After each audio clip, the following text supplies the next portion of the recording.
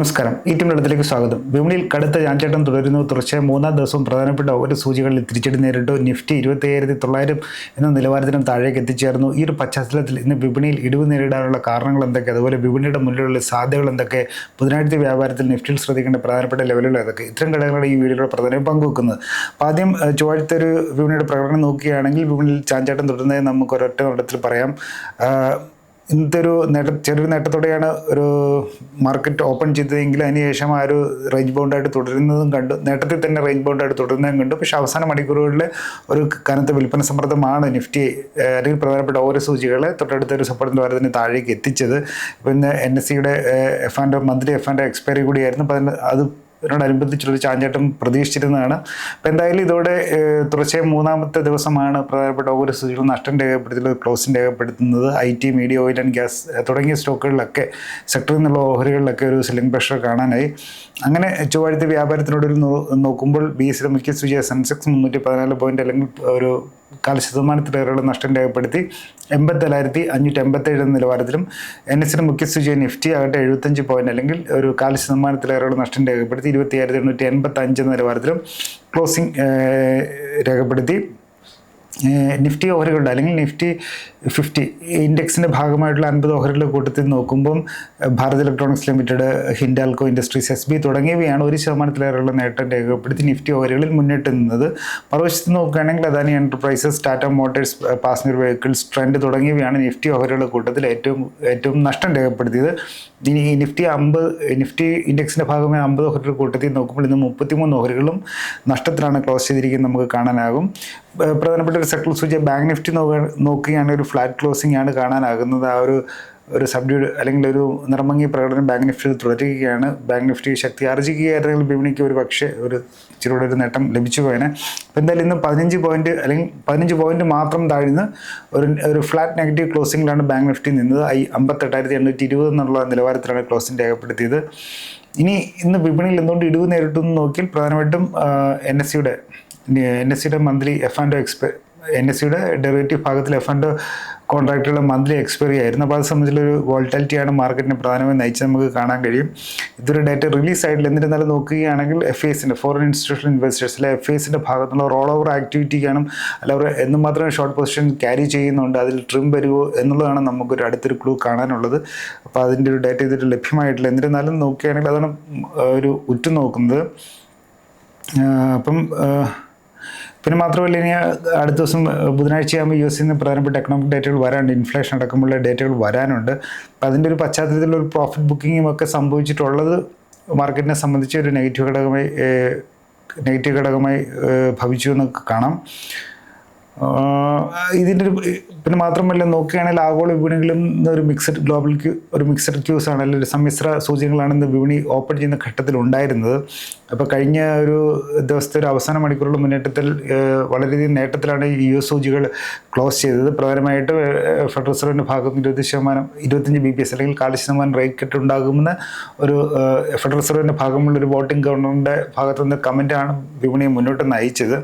പക്ഷേ എന്നിരുന്നാലും അതുപോലെ തന്നെ നാസ്ഡാക്കിലും ടെക്നോളജി ഓഹരികൾ അധികമുള്ള നാസ്ഡാക്കിൽ നോക്കിയാൽ 2.5%-ലേറെയുള്ള ഒരു നേട്ടം രേഖപ്പെടുത്തിയിരുന്നു. പക്ഷേ വീണ്ടും ഈ AI സ്റ്റോക്കുമായി ബന്ധപ്പെട്ടുള്ള ബബിൾ സംബന്ധിച്ചുള്ള ആശങ്കകൾ അല്ലെങ്കിൽ അതൊരു വാല്യുവേഷൻ കൂടുതലാണ്, ഒരു ആശങ്കകൾ വർദ്ധിച്ചത് ആണ് ഒരു സമ്മിശ്രമായിട്ടുള്ളൊരു ഗ്ലോബൽ ക്യൂസിലേക്ക് നയിച്ചത്. അപ്പം AI ഓഹരികളിൽ പക്ഷേ ഒരു കറക്ഷൻ വരുന്നത് അല്ലെങ്കിൽ US-ലെ AI ഓഹരികളിൽ ഒരു കറക്ഷൻ വരുന്നത് ഈ എമർജിംഗ് മാർക്കറ്റ്സ്, ഇന്ത്യ പോലുള്ള എമർജിംഗ് മാർക്കറ്റ്സിന് ഗുണകരമായൊരു കാര്യമാണ്. റിവേഴ്സ് ആയിട്ട് ലഭിക്കുകയാണെങ്കിൽ വിദേശ നിക്ഷേപകരൊക്കെ ഇന്ത്യയിലോട്ട് മടങ്ങിയെത്താനുള്ള സാധ്യതകളുണ്ട്. എന്തായാലും ഗ്ലോബലി ഇന്ന് ഇന്ത്യൻ മാർക്കറ്റ് ഓപ്പൺ ചെയ്യുന്ന സമയത്ത് ഗ്ലോബൽ മാർക്കറ്റ്സിൽ നിന്ന് ഒരു സമ്മിശ്ര ഫലം ലഭിച്ചതാണ് ഒരു നനഞ്ഞ തുടക്കം ഇവിടെയും ലഭിക്കാൻ കാരണമായത്. പിന്നെ നോക്കിയാൽ FISൻ്റെ ഭാഗത്തുള്ള സെല്ലിംഗ് തുടരുന്നതായി കാണാം. അപ്പോൾ കഴിഞ്ഞ 2 ദിവസങ്ങളിലും ശക്തമായിട്ടുള്ള സെല്ലിംഗാണ് FISൻ്റെ ഭാഗത്തുണ്ടായത്. കഴിഞ്ഞ ദിവസം 471 കോടി രൂപയുടെ സെല്ലിംഗാണ് FISൻ്റെ ഭാഗത്തുണ്ടായത്.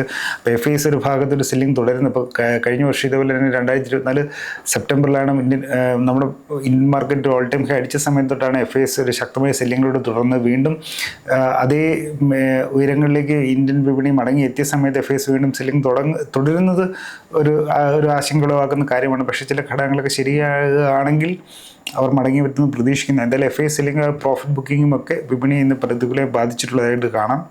ഇനി വീണ്ടും ബ്രോഡർ മാർക്കറ്റിൻ്റെ ഒരു പെർഫോമൻസ് നോക്കുകയാണെങ്കിൽ ഇന്ന് NSEയിൽ 3113 ഓഹരികളാണ് മൊത്തം ട്രേഡ് ചെയ്യപ്പെട്ടത്. ഇതിൽ 1639 ഓഹരികൾ നേട്ടത്തോടെയും 1472 ഓഹരികൾ നഷ്ടം രേഖപ്പെടുത്തിയും ക്ലോസ് ചെയ്തു. 5-2 102 അതായത് advance return ratio slightly 1 above ആയിരുന്നു കാണാം, അല്ലെങ്കിൽ മാർക്കറ്റ് ഇപ്പോൾ എടുത്തിട്ട് സ്ലൈറ്റ്ലി പോസിറ്റീവ് ആയിരുന്നു നമുക്ക് കാണാം. ഇന്ന് 52 വീക്ക് ഹൈ ഒരു വർഷത്തെ ഉയർന്ന നിലവാരങ്ങളിലേക്ക് വന്നത് ഇന്ന് 33 ഓഹരികളാണ്. അപ്പോൾ എൻ്റെ തുകം Federal Bank, GMR reports, Muthoot Finance, AE Small Finance Bank, Reliance Industries, Hero Motor കോപ്പൊക്കെ നമുക്ക് കാണാൻ കഴിയും. അതുപോലെ തന്നെ നോക്കുകയാണെങ്കിൽ 52 വീക്ക് ലോ എന്ന് രേഖപ്പെടുത്തി 219 ഓഹരികളാണ്.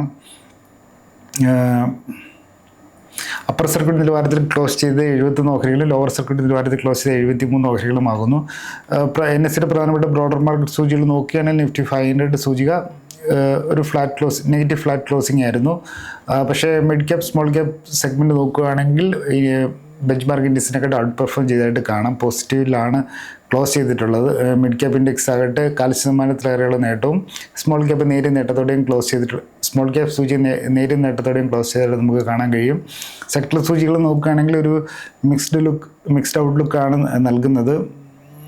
നിഫ്റ്റി റിയാലിറ്റി നോക്കുകയാണെങ്കിലും നിഫ്റ്റി റിയാലിറ്റിയിൽ 1.5% നേട്ടം രേഖപ്പെടുത്തിയിട്ടുണ്ട്. നിഫ്റ്റി PSU ബാങ്ക് സൂചിയിലാകട്ടെ 1% നേട്ടം രേഖപ്പെടുത്തിയിട്ടുണ്ട്. Nifty metal, pharma, health care തുടങ്ങിയവയും ഒരു ഭേദപ്പെട്ട നേട്ടത്തോടെയാണ് ക്ലോസിംഗ് രേഖപ്പെടുത്തിയിട്ടുള്ളത്. മറുവശത്ത് നോക്കുകയാണെങ്കിൽ Nifty auto, FMCG, IT, media, private bank, consumer durables, oil and gas എന്നിവയാണ് നഷ്ടം രേഖപ്പെടുത്തി ഇന്ന് ക്ലോസ് ചെയ്തിട്ടുള്ള NSEയുടെ സെക്ടറൽ സൂചികൾ. ഇനി വിപണിയിൽ ഇനി എന്ത്, അല്ലെങ്കിൽ ബുധനാഴ്ച വ്യാപാരത്തിൽ ശ്രദ്ധിക്കേണ്ട പ്രധാനപ്പെട്ട നിഫ്റ്റി ലെവലുകൾ നോക്കുകയാണെങ്കിൽ മാർക്കറ്റ് ഇന്നൊരു വോൾട്ടൈലായിരുന്നു കാണാം. NSEയുടെ മന്ത്ലി എക്സ്പയറി തന്നെയാണ് ഇതിന് ആ ഒരു വോൾട്ടൈലാകാനുള്ള പ്രധാനപ്പെട്ട കാരണങ്ങളൊന്നും.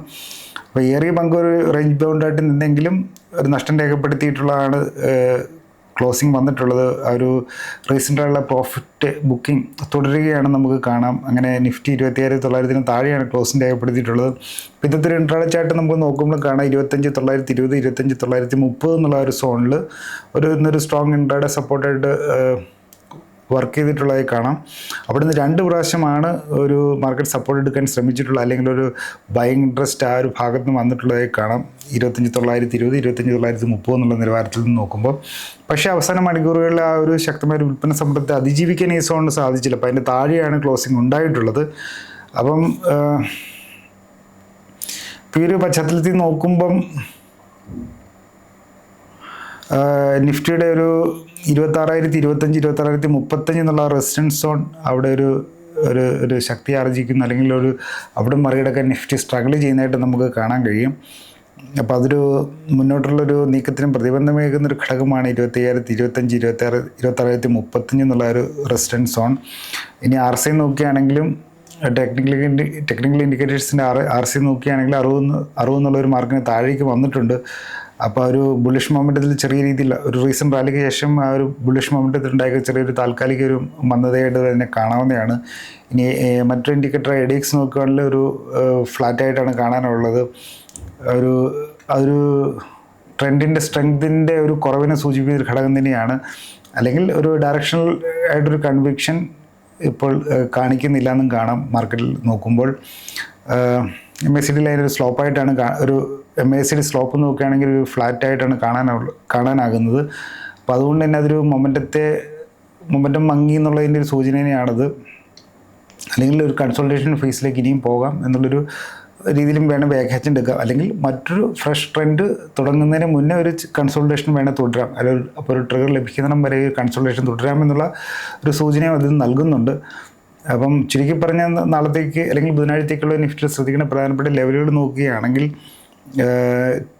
നിഫ്റ്റിയുടെ 20-ഡേ എക്സ്പോണൻഷ്യൽ മൂവിങ് ആവറേജ് സോൺ 25,850, 25,800 എന്നുള്ളത് തന്നെയാണ് ഒരു ക്രൂഷ്യൽ സപ്പോർട്ട് സോണായിട്ട് പ്രവർത്തിക്കാൻ പോവുക. അല്ലെങ്കിൽ ഏറ്റവും നിർണായകമായിട്ടുള്ളൊരു സപ്പോർട്ട് നിലവാരം 25,850, 25,800 അപ്പോൾ ഇത് താഴുകയാണെങ്കിൽ ഒരു DCCയിൽ ഈ നിലവാരം 25,800 ബ്രേക്ക് ചെയ്ത് ക്ലോസ് ചെയ്യുകയാണെങ്കിലാണ് നമ്മൾ കൂടുതൽ ശ്രദ്ധിക്കേണ്ടത്. അങ്ങനെയുള്ള ആദ്യഘട്ടത്തിൽ 25,600 വരെ പോകാം. അത് ബ്രേക്ക് ചെയ്യുകയാണെങ്കിലാണ് ഇപ്പോഴത്തെ രീതിയിൽ ബുള്ളുകൾ അല്ലെങ്കിൽ ഇപ്പോഴത്തെ ബുള്ളിഷ് സെൻറ്റിമെൻറ്റ്സിന് സാരമായിട്ടുള്ളൊരു തിരിച്ചടിയേറ്റെന്ന് പറയാൻ കഴിയുക. എന്തായാലും 25,850, 25,800 നാളത്തെ ഒരു പ്രധാനപ്പെട്ട സപ്പോർട്ട് സോൺ. അപ്പോൾ അത് സസ്റ്റെയിൻ ചെയ്യുകയാണെങ്കിൽ ഇപ്പോഴുള്ള ബുള്ളിഷ് മൊമെൻറ്റും നമുക്ക് സസ്റ്റെയിൻ ചെയ്യുമെന്ന് തീർച്ചയായിട്ടും പറയാം. അതിൻ്റെ താഴെ 25,600 ഉണ്ട്. അപ്പം നാളെ 25,800 താഴെയാണ് സസ്റ്റെയിൻ ചെയ്യുന്നതെങ്കിൽ 25,600 നിഫ്റ്റി എത്താം. പിന്നെ മറുവശത്ത് നോക്കുകയാണെങ്കിൽ 26,000 എന്നുള്ള ഒരു സോൺ തന്നെയാണ് ഒരു റെസിസ്റ്റൻസ് ആയിട്ടുള്ളത്. അപ്പോൾ ഇത് മറികടന്നൊരു ശക്തമായിട്ട് മുന്നേറിയാൽ മാത്രമാണ്, അല്ലെങ്കിൽ ഇത് ഒരു ഡിസിസീവായിട്ട് മറികടന്നാൽ മാത്രമാണ് ഒരു ഫർദർ റാലിക്കുള്ളൊരു സ്കോപ്പ് തുടരുക. അപ്പോൾ എന്തായാലും ഈ 25,800 അല്ലെങ്കിൽ 26,050 ഈ ഒരു എവിടെയാണ് പൊട്ടിക്കുന്നത് ശക്തമായി ഭേദിക്കുന്നത് ആ ഒരു ഡയറക്ഷനിലോട്ടായിരിക്കും ഒരു അടുത്തൊരു ട്രെൻഡ് നിഫ്റ്റി രൂപപ്പെടാനുള്ള സാധ്യത. എന്തായാലും ഇപ്പോഴും നമുക്കൊരു കോഷ്യസ് ആണെങ്കിലും ഒരു ബുള്ളിഷ് ഔട്ട്ലുക്ക് തുടരാമെന്ന് തന്നെയാണ് സൂചിപ്പിക്കാനുള്ളത്. അപ്പോൾ ഈ ഒരു നാളത്തെ ഒരു ഇതുകൂടെ നോക്കേണ്ടതുണ്ട്. എന്നാൽ ഞാൻ സെബി രജിസ്റ്റേർഡ് അനലിസ്റ്റ് മാർക്കറ്റുമായി ബന്ധപ്പെട്ട കാര്യങ്ങൾ ഒരു അക്കാഡമി പ്രൊഫസർ ഷെയർ ചെയ്യുന്നു മാത്രം. ഇവർക്ക് നാളെ നല്ല ദിനമായിട്ട് ആശംസിച്ചുകൊണ്ട് നിർത്തുന്നു. വീണ്ടും കണ്ടുവിട്ടാൽ നമസ്കാരം.